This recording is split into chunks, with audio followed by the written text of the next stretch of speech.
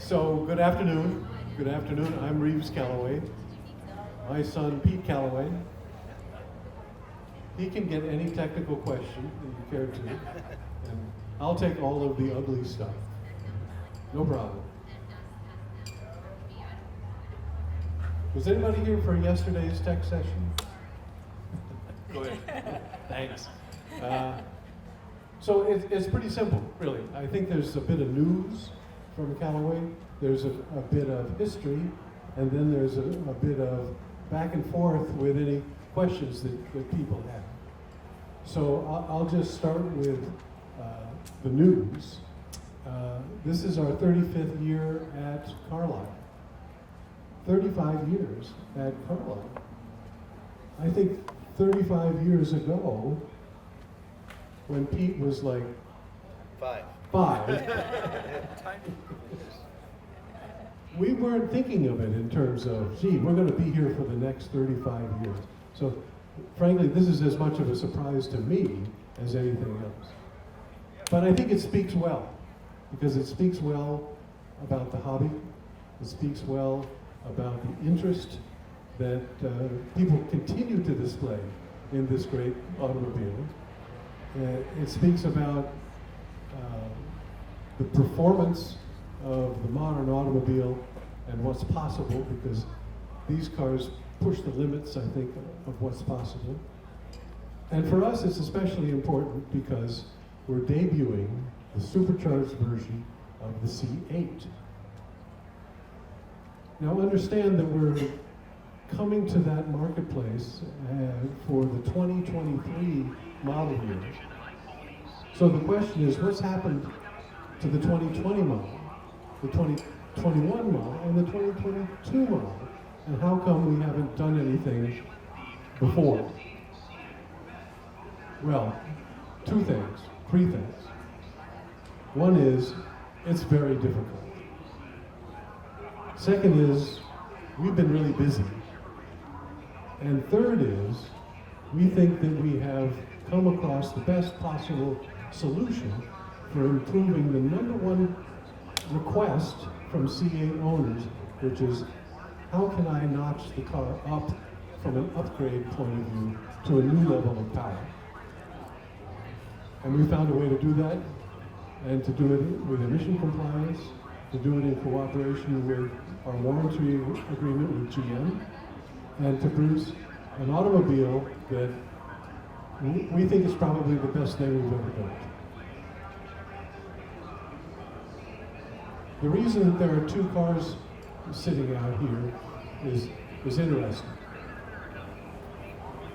When you can, take a look in detail at both of them, because they represent different things. The C7 is at the end of its development life. It has been improved and improved and improved since 2014, the introduction. It's been improved to the end of its development cycle, which is what every car does, especially in the hands of GM. We have built World Championship racing cars out of the C7 platform. We run a competition division in Germany and compete internationally. And that car,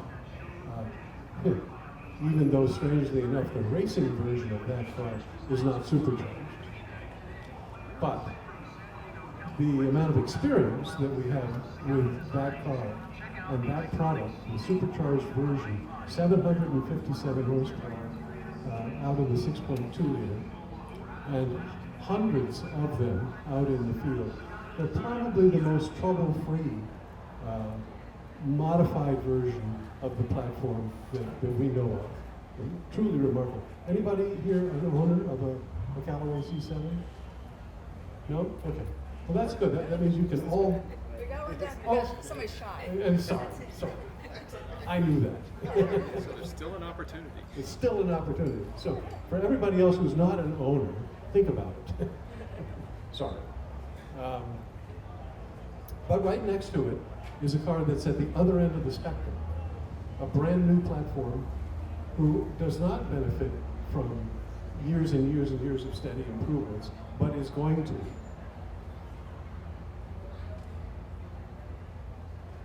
It's the right time for us to introduce the supercharged version of the car and let it mature along with the rest of the family. So, it's there on its debut. The blue car is being shown for the first time here this weekend. So you get a chance to look at some very, very clever solutions to how are you going to package a supercharged version of the 6.2 liter LS2 in the mid-engine car. Pardon me? LT. Excuse me. LT2. I told you. Everything, right? Keep them straight. So that's a little bit about Carlisle, a little bit about 35 years, a little bit about our history with the platform and why those two cars are sitting there. I'm going to give it over to Pete and see if there's any questions that we can answer for that little part of the talk.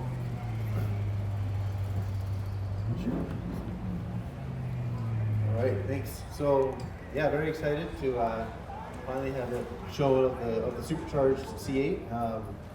It's quite a bit different recipe than the new Z06 that everybody's anticipating, which is going to a smaller displacement, higher revving application, which compared to the supercharged version is actually quite a bit different torque and horsepower curve profile.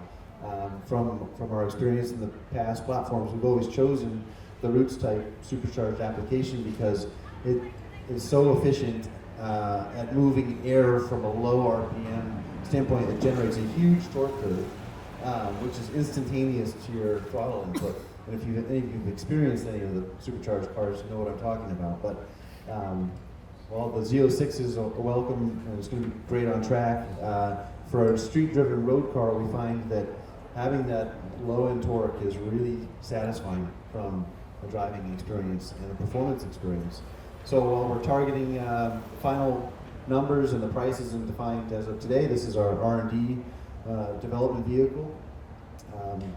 Horsepower is going to be in the mid to low 600 range, and torque isn't going to be very far behind it, as opposed to a higher revving naturally aspirated engine will be much down on torque.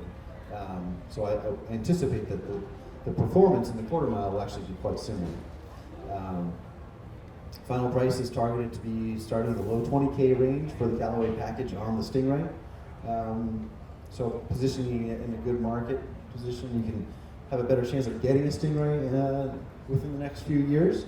But we'll certainly be looking at Z06 as well as what's coming as the next evolution for that application. Certainly I see it as the track tool, and we will certainly be looking at chassis developments and enhancements for those series of spending time at the track. But very excited. If you have a Stingray, it's otherwise stock, it's still eligible to be converted to the Callaway Supercharged specification. We're planning for production early 2023. Just in the final stages of development. Emissions compliance testing is pretty thoroughly involved these days. It's not passing the smog station test, it's really going through the full emissions testing lab and spending what turns out to be a few months and many thousands of dollars going through an OEM level of emissions compliance. Keep in mind that everything that we do is also sold outside North America and Europe through Callaway Competition as well, so conforming to the EU regulation is also part of, if you get California and 50 state compliance, then you'll be eligible for most other markets as well. So that's the highlight on the supercharging side. The double D exhaust system sounds great. It's a continuation of the style back to the C4 Aerobodies with the double D. It's a single acoustic chamber which sounds great under all conditions.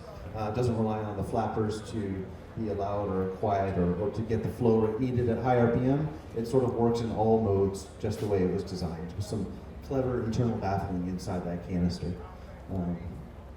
So I think it looks great with the new diffuser, all in carbon. So any questions about anything we're doing or we have done? Do you have any problem with the supercharging system you're putting on working with the convertible as well as Great question.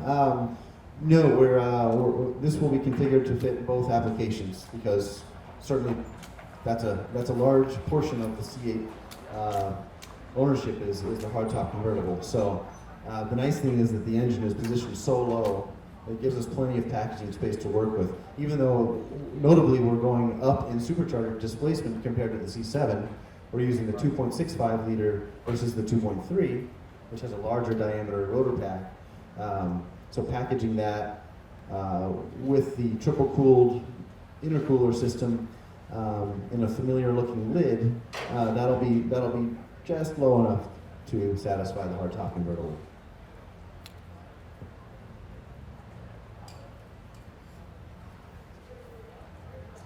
Does GM give you access to ECU to retune it for the supercharger? Well, I'm not allowed to say too much detail about that because that's kind of a bit of a trade secret category at the moment. But as you can imagine, that is one of the major breakthroughs of being able to do what we're doing here, and we're doing it through the ECU the right way, which is the only way to be compliant at the end of the day and have really full control of all the parameters that you need to. So we finally have good news in this category, and yes, we've got what we need to do our job.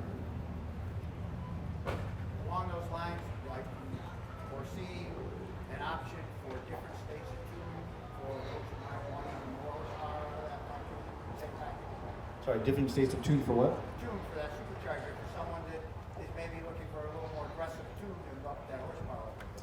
No, not really, and that also goes back to emissions compliance. You know, if there were anything left on the table that were more power in the calibration, we would have certainly done that to begin with. The only exception you might ask is that if you're running a higher octane fuel, for example, can you run more ignition advance? But no, it has to be like the factory car. It has to be able to run on basically 91 octane fuel, which is a minimum you can get at most places.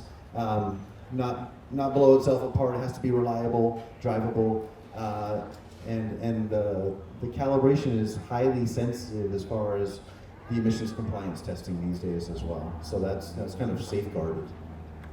My question is aimed at, my cars are all registered in Florida, which has no emission standards on their cars, so it allows me the latitude to aggressively tune without having to meet any emissions. I don't know if you have a provision for non-emission compliant. Right, yeah, the question is what do you do for cars that don't have to comply with emissions due to local regulations? That's sort of a non-starter anymore from a manufacturer standpoint because what we do has to be sold anywhere the same way. It's really federal emissions compliance these days is becoming more tightly controlled, even though there are certain counties and certain states that have more relaxed regulations that'll certainly be a risk for any manufacturer to say, okay, we're going to do something special for this, unless it's entirely a race car. That's basically off the table. But a good question. Well, I'll ask one. As a new Callaway owner myself. Congratulations. Thank you. Enjoying it immensely. But I know you said you've been at Carlisle or 35 years. So give me a little more background on how you got started 35 years ago. Got started with Carlisle or got started sort of in business? Corvettes. Oh, Corvette. Yes. Okay. I don't know if everybody remembers when Bloomington was the sort of top Corvette venue, but I do.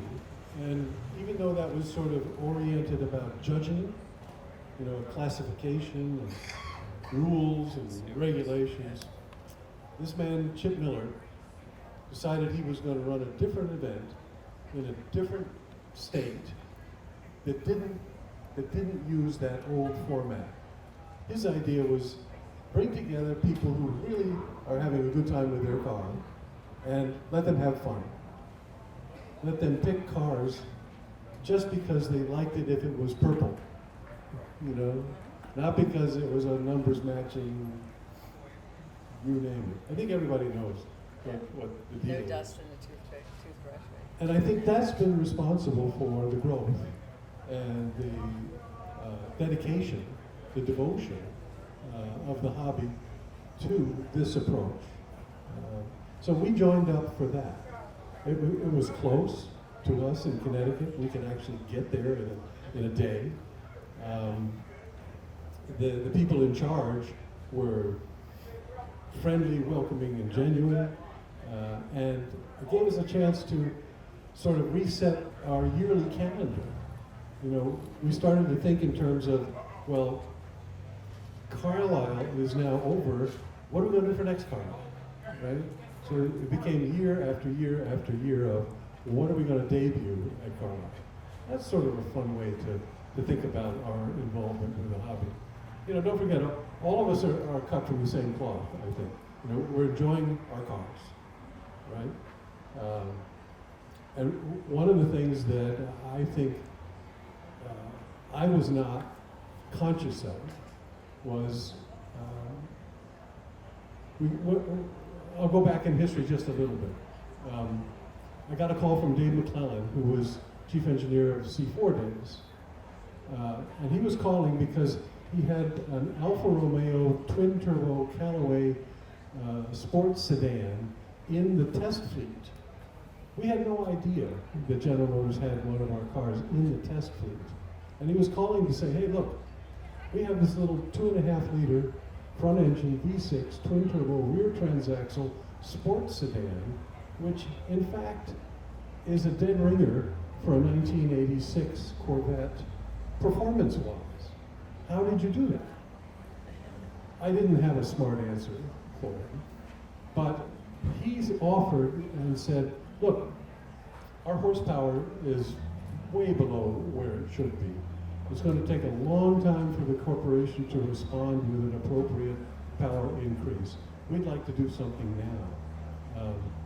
If you would build the cars and we sold them, would that be okay? Would that be okay? So that was the beginning of a simple request, simple relationship. There was never any contract. There was a handshake.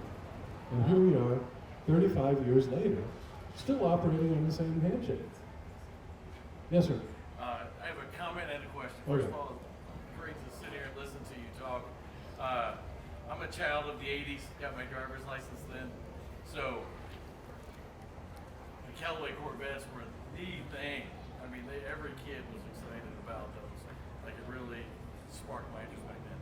But this question's for you personally. When you were making the turbos for the 320i's, did you have any idea that you were going to end up, was your vision this far ahead? Like, where did you think this was going?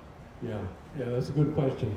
No, you know, the business started in the back of the house, and it was really one of those, the house had no garage, so you had to build a garage, to have a garage, to start the business. But my personal enjoyment out of all of this was making the equipment. You know, I'm a fabricator, a machinist, a welder, and taking the time to make something look good in the engine compartment is what's so pleasing about this kind of work. But I had no clue that any of this was ever going to happen. But I did know one thing. I knew that we needed a relationship with an original equipment manufacturer. We needed to be the authorized person to do car X. We had no idea it would be somebody like General Motors. We were concentrating on small, German, well-made cars that had enough engineering headroom to be able to stand a 50% increase in horsepower without winding up as a little dead soldier on the side of the road. And so we were very hard at work focusing on BMW, Volkswagen, Porsche, and Mercedes because they all shared that same thread. you know?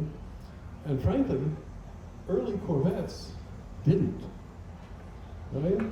They were not in that category. But Dave McClellan said, we're going to get there. We, regardless of how long it takes, have a mission, which is to make the best sports car in its class for the lowest possible, highest value pricing structure. And bingo, here we are. Look at this blue car out here. You know, that is not only the equal, it's the superior of most of the cars in its class from Europe. And it costs what it costs. I mean, it's a, look, give a bunch of good engineers enough money and they'll build you anything. Very cool, right? But to have it come in at a price like that, that's unheard of. Our friends at Porsche, which is right across the street from our factory in Germany, shake their heads when they look at the C8. They say, you know, das ist nicht bevormeinung, or something like that. It's got everybody really resetting their internal clocks about what things should cost. You probably have some viewpoint on that as well. Yeah, I think that, you know, even price point aside, it's got all the competitive manufacturers concerned, but you know, also inside very, very impressed by what the GM team has done. And then you look at the price and say, oh, damn, how do they do that? You know, and on a deadline, you know, or timeliness. Any well-funded engineers could take their whole lives and be halfway to the finish line, you know? So to be able to get it out the door and done, sometimes it takes an event like Carlisle for you know, the deadline to be there and to have the next year's product ready. So from a development engineer standpoint, you know, it's always difficult to let go sometimes, but you gotta be able to sell the car too, right? What Pete is not telling you is that there were several all-nighters building up to Carlisle this year, both in Connecticut and in California. But just this year. Yeah, just this year. No. Hey, you can't ask people to work hard on something that they're not passionate about. So I'm sure everybody in this room shares that. What was the third thing? We were going to talk about Carlisle for 35 years. We're going to talk about the C8 and the C7.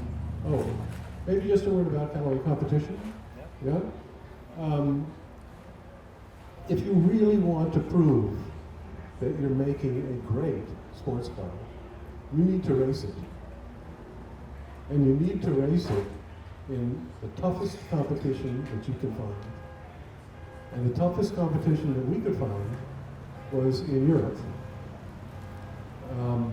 The best drivers, the best cars, the best racetracks, the best regulations,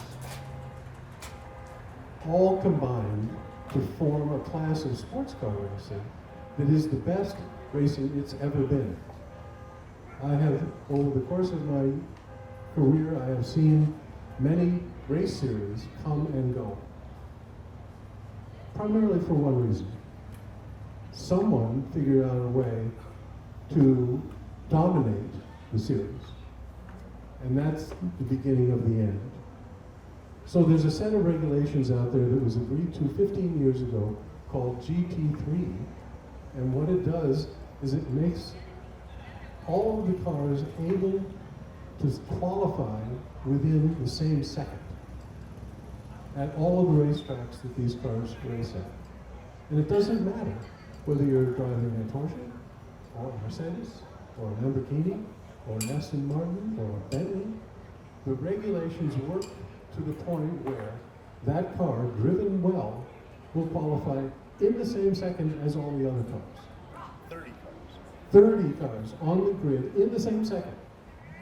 This has never happened before. But I'd have to tell you, if you want to test your sports car, try doing that with it. Right? So we convinced General Motors that we knew how to do that, and that we should be the homologation holder for the C7s. And we would build the cars in Germany to a GT3 specification, and we would sell those cars to race teams anywhere in the world. And that's one of the great advantages of GT3, is it applies to every country of the world. By doing that, we won the German national championship twice, finished second at least twice, finished third, fourth, fifth, and sixth. Over the 15 years, it was really an enviable record. And we were racing against the best talent, the best engineering, and the best budgets in the world. So we were super happy with our presence, because it meant that that car, as a race car, there was, driven correctly, you could drive it right to the front. And boy, if you ever watch any of the racing from Europe, the GT Masters, hang on to your socks, because this is really good stuff. And we're so proud that we did that as sort of a German-American cooperation. If anybody is interested in a racing version of a C7, they should see Pete. Excuse me. So that's a little bit look backwards towards the racing side of the car business. But I'd really like to hear from you guys what you're curious about. Ed, do not make this too difficult. No, this is very easy. So 35-year history is just a tremendous milestone for a company like yours to just continue to develop and do things. And a little bit, because some of us own some of the early cars, the C4s. There's probably two things, and you might not be able to answer them both. But one is about the Sledgehammer, and the second one is about, a number of them have the Aerobody. And the style of the car is just tremendous. And Paul Deutschman. So if you could touch on a little bit about Paul and a little bit about the Sledgehammer, that would be awesome. So the question is, touch on the Aerobody and the Sledgehammer. Those two things are very related, so I'm glad you asked the question. Do you remember when top speed testing was popular on the magazines? You know, fastest in the land, sort of annual competitions of who could go faster, right? Well, we like those because the Corvette was a good candidate, just naturally. You know, it was a pretty good shape. It was housing a large displacement engine, and when fuel economy regulations kicked in, it had very tall gearing. Very tall gearing. I think in 6th gear, in a C4, if you could turn 6,000 RPM, you'd be going 400 miles an hour. I'm only kidding, but you get the point. It was really tall.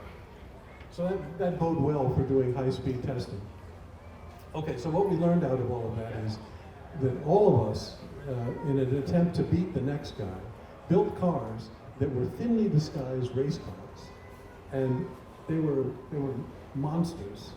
They were not pleasant to drive. They were crude, but they had a lot of power. And every year we would win those events.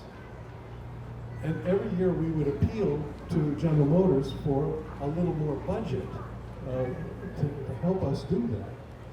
Just roughly, it cost about $1 million a year to build a top speed car, test it, and deliver it to the magazines. If you want to use a rough number. We didn't have that kind of money. But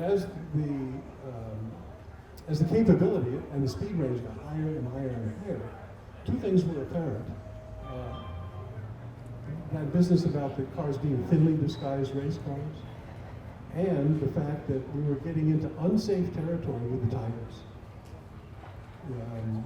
You know, running 200 miles an hour on a street tire wasn't the worst technical challenge, but 250 miles an hour, that's a serious you could hurt yourself. So I proposed that we could build one car that had an adjustable amount of power. Because it was turbocharged, you could manage the boost and pick the speed at which you could run, but don't run it any faster. In other words, run it fast enough to win the event, and then don't show them what you really got. Right? But in order to do that, you needed to build a car and test it at its terminal top speed without telling anybody. And that was the mission for the Sledgehammer. It was a regular twin-turbo Corvette, not turned into a race car, but housed about 900 horsepower in a very civilized car. You know, the power windows still worked, the air conditioning worked, the didn't overheat, it ran smoothly, it was easy to drive. You could give the keys to your mom, and unless she held her foot down too long, she wouldn't know. Beverly, not included. Sorry. So that was the sort of brief for the Sledgehammer. The trouble was that when we went to go test it, and there's very few places where you can test in safety at those speeds, there were people there who saw what we were doing, and the news leaked out that the Sledgehammer, which wasn't called the Sledgehammer then, it was something else. The test car went 254.76 miles an hour. And you know what happened? Nobody ever showed up for top speed testing again. we killed the goose. So, yes, it was an achievement. We never really thought of it as setting a record. We thought of it as just seeing how fast the car would go. But one of the big things other than tires that you have to do is paying attention to the aerodynamic loads on the platform. Are they balanced? Do they reach some point of instability? Is there a relationship between more drag and more stability versus less drag and less stability? We had the first relationship with Paul Deutschmann as our designer was to take the C4, you know the belt line that goes all the way around the C4? Right? And work only from the belt line down to make the car more effective in terms of its relationship, its ground effect relationship, minimizing drag, and not going too wild on the styling. So that is the heart of how the Aerobody was developed. Unfortunately, Paul, as a designer, has an exquisite taste. And taste is a very hard thing for people to agree on. Right? There's a sign in our office. It says, "De gustibus non disputandum est." Sorry. It is, in matters of taste, there can be no discussion. So, I'm very pleased that we have in this tent over here, thanks to our great owner body, we have some of the best examples of what we think is a really pretty design. The Aerobody for the C4, I think, is a bit of a high watermark. We're very pleased that it's appealed to so many people and lasted so long. Anything there?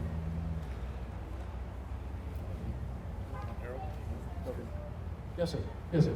Just roughly, what's your development and design process? Like, where do you know where to start with what you're going to do to each car? Good question.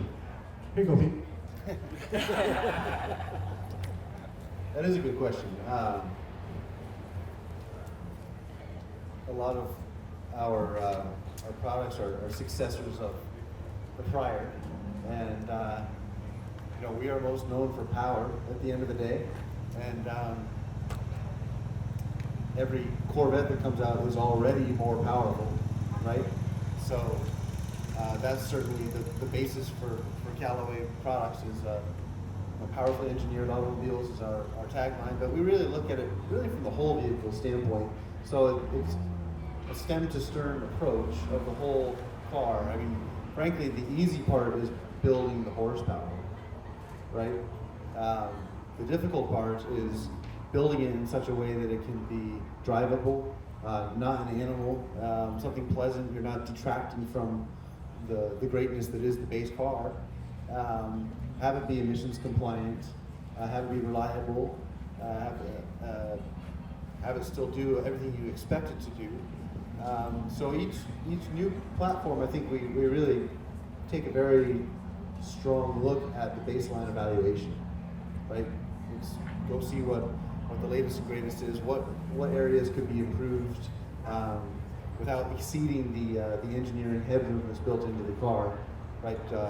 Sure, we could build 1,500 horsepower and everything else would break, right? And it would not be pleasant to drive. It could never be emissions compliant.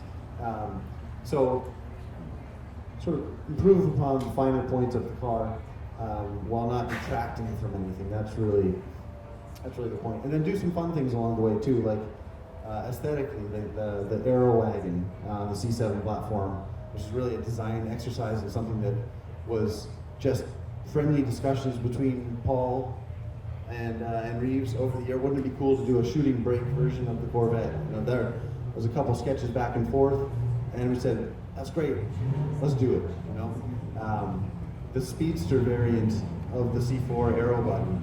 You know, what a striking, memorable design version of the car. And that's really, you know, Dad and Paul's and decided to do things. You know, looked at certain things and they've sort of thrown them over the transom for the guys in the company to figure out how to make happen, and it's happened. And it's pretty exciting, but it's a good point. You know, you have to see where there's always the things that people know they want, but then you also have to think of what do people not think they might be interested in to set apart ourselves from the other rest of the aftermarket, frankly, and that sort of stokes the ingenuity for the next thing in the pipeline. I don't know if you have anything to add to that, but you know, where did the motivation for something like the original Speedster come from? Yeah, thank you for reminding me of that. When we started to think about Speedsters, this is a fun exercise. If you Google Speedster, automotive Speedster, you're going to come up with about 100 examples of automakers from 1910 onward who have all taken the trouble to make a lightweight, cut down, low windshield, sport something that wasn't very practical, but it's all focused was on its performance and sort of a no weather protection, oftentimes no top, oftentimes low windshield, oftentimes doors that didn't operate. You know, everything was done to make it as fun for about half an hour as possible. I wish everybody could drive one of the Speedsters out here, but it's a great experience, but not for very long. You know, a 1 hour trip in a Speedster is going to leave you exhausted, right? But it allows you to get out of all of the conventions that you normally would have to think about. Like think about dropping the height of a windshield to the point where you're choosing whether to look through it or look over it. You know, makes you feel like you might like to have a set of helmets on, because then the drive would be a lot more pleasant. So in the C16 Speedster, I don't know if you ever saw, but the rear panel lifts up and there's two helmets there. Because they were necessary. You know? My point was that speedsterism was nothing new. It was many, many examples of car makers doing a speedster or speedster-ish version of cars for years and years and years. And that sort of gave us the permission to do it. You know, the legal aspect of it be damned. You know, the first Speedster didn't have any rear view mirrors until we took it out on the highway and almost killed ourselves because we couldn't see the other traffic. So I'm sorry, I'm rambling a little bit, but I think you get the picture. How did the Speedster affect the aerodynamics? Did it hurt it that much with no top on it, open like that? Yeah, sure. It hurts it somewhat. But I guess that wasn't the point, because without a top, you're probably never going to go more than 100, maybe in the low hundreds mile an hour. It's just too much commotion, you know. When you drove it, you had a helmet on, or? Well, in the C16, the last Speedsters that we built, they have helmets. Yeah. Right. The early ones didn't, but that's why the later ones did.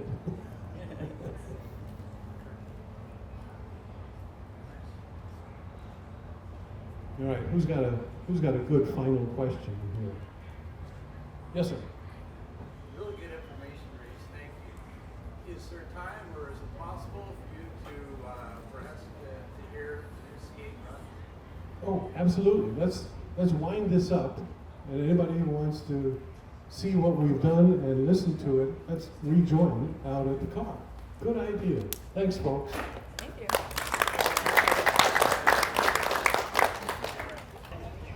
So look closely at the details. It's, even though this is a prototype, it's pretty well finished. Yeah.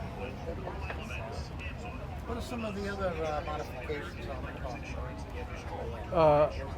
The exhaust system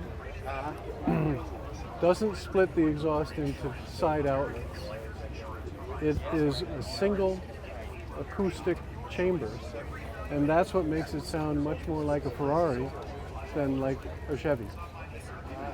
So this has got that nice high-pitched whine, very, very similar to a Z06. It's just that we do it with exhaust tuning. Can you start it? Yeah, sure. One of the things I find with the valves on mine is that it gives me the chance to quiet down in a neighborhood. Yeah. Does it? Yeah. You think that it's going to be okay? It's going to be okay. I have a Corsa in one of my cars. Yeah. It's either Can you start it? Yeah. too loud or not. And then it automatically sort of goes. I heard it start up, and it was pretty loud. Yeah. Never loud.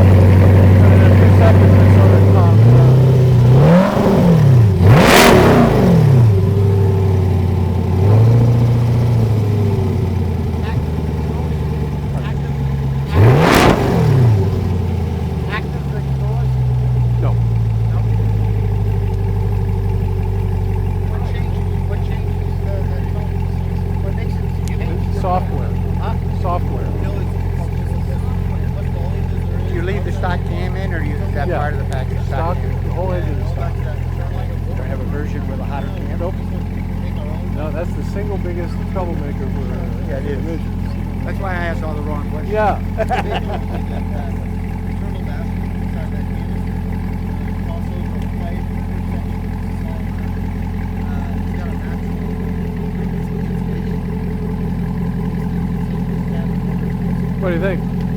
Just put a deposit down on one today. Oh, congratulations. I have a 21, and I'm going to come up to Connecticut, obviously, and get the... What's your name? Bob Stenson. Bob, hi. I was over at the Callaway tent yesterday when you were signing the guy's valves. Yeah. I mean, obviously, you see 20,000 people a day, but... Sorry. Yeah, but I was over talking to your engineers today, and I put the deposit down with the lady behind the desk. Yeah. So I can get on the list, obviously. Yep, get on the list. So Now, do you do any changes internally to the engine? No. Or No. it's strong enough, obviously. for Strong your enough, testing? and it's all warranted. Well, yeah, I know the 3-year warranty. Yeah. Right. But I mean, from GM's point of view, it's all warranted. Right. Well, my